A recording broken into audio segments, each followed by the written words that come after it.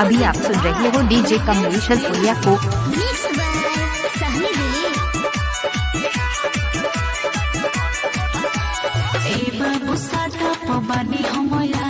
देखी के काथी तू बड़ पगलाई बाबू साटा पवानी हम आई देखी के काथी तू बड़ पगलाई तो हम पूछतानी सब तू बता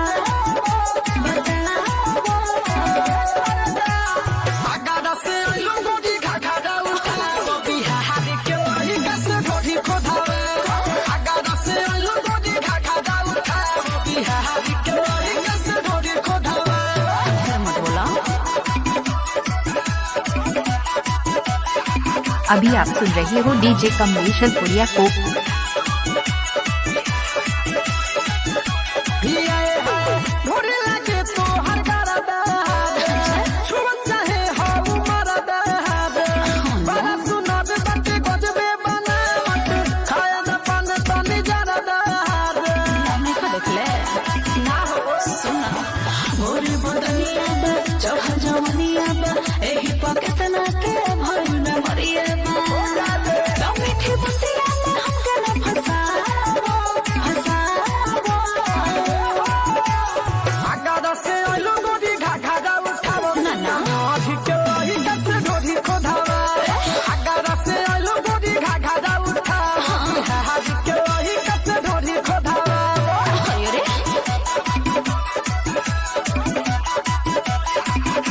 अभी आप सुन रहे हो डीजे कमलेश सूर्या को।